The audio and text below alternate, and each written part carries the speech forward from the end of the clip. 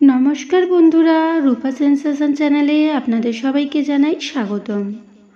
আজ আমার ভিডিওতে আমরা জেনে নেব ইতু পুজোর মন্ত্র। এই মন্ত্রটি না জানা থাকলে ভিডিওটি পুরোটা দেখুন। আশা করি ভিডিওটি আপনাদের ভালো লাগবে।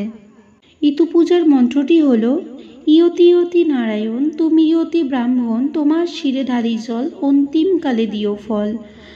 অষ্টচাল অষ্টদুর্বা কলস পাত্রে থুয়ে, শোনো এক মনে ইতুর কথা সবে প্রাণ ভরে।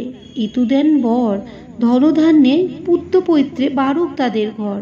কাঠি কুঠি কুড়াতে গেলাম ইতুর কথা শুনে এলাম। এ কথা শুনলে কি হয়, নির্ধনের ধন হয়, অপুত্রের পুত্র হয়, অর্শনের স্মরণ হয়, অন্ধের চক্ষু হয়, আইবুড়োর বিয়ে হয়, অন্তিমকালে স্বর্গে যায়। বাঙালির ঘরে ঘরে ইতুকে মাতৃদেবী হিসাবে পুজো করা হয়ে থাকে। ইতুর ঘটের গায়ে পুতুল এঁকে সরায় মাটি দিয়ে তাতে শাক ও শস্যদানা ছড়িয়ে একটি প্রতীকী শস্যভূমি তৈরি করা হয়। ইতু প্রতিষ্ঠা করার সময় ও প্রতি রবিবার জল দেওয়ার সময় এই মন্ত্রটি উচ্চারণ করতে হয়। বাংলার নিজস্ব একটি ব্রতের নাম এই ইতু। কার্তিক সংক্রান্তিতে সূচনা হয়ে সমাপ্তি ঘটে অগ্রহায়ণ মাসের সংক্রান্তিতে।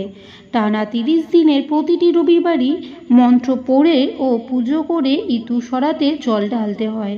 এই পুজোয় কোনো পুরোহিত লাগে না। বাঙালি মেয়েরাই নিজে নিজে মন্ত্র পড়ে মনোবাসনা কামনা করে থাকেন। হিন্দু ধর্ম মতে সূর্য হলো উর্বরা বা বংশবৃদ্ধির প্রতীক। সূর্যের আশীর্বাদে মহিলারা সন্তান সুখ পেয়ে থাকে। আবার সূর্যের অভিশাপে নারী বন্ধ্যাত্বের মতো পরিস্থিতিরও সম্মুখীন হয় বলে মনে করা হয়।